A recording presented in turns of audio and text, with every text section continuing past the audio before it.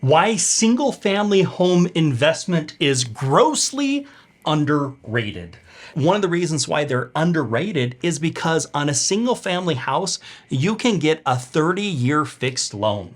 What that means is your interest rate never changes. Where if we start talking about commercial properties, we're talking about rates that have variable rates, or we're talking about rates that are going to come due at a certain period of time. So they usually have a call date. So if we're dealing with a single family house, I always get a 30-year fixed. That way, no matter what happens in the market, I don't play the market, I fix it.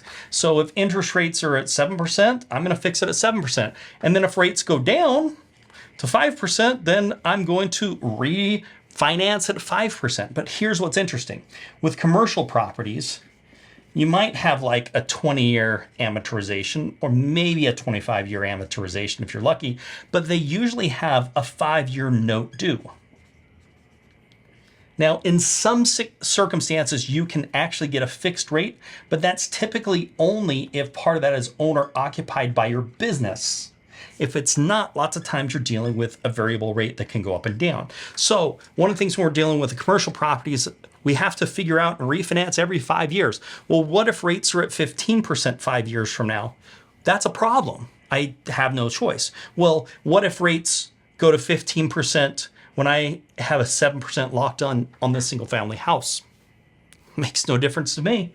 Doesn't do anything to me, right? I don't have to worry about refinancing it, but I have the option of refinancing it if rates go down. So I have the best of both worlds here. I can get a fixed rate for a 30-year period of time, and I can have the right to refinance that as rates go down, and I'm not having to play the market. When I'm dealing with commercial properties, I am playing the market because whether I have a fixed or a variable rate, I'm having to readjust that rate every so many years. Might be 2 years, might be 5 years, but somewhere between that 2 and 5 years, the rate is going to reassess, and based upon that, they usually do some type of an indicator, prime plus something, 2% or something like that, and that's going to be what your new rate is going to be, and that's the mercy of the market. So I would much rather have a fixed rate, and I would much rather have my property going up in value regardless if my rates are going up, and I would like to have my interest rate fixed for the entire 30-year term of the loan. So these are some reasons why I think single family investing is not rated high enough and is overlooked, and why you shouldn't be overlooking it.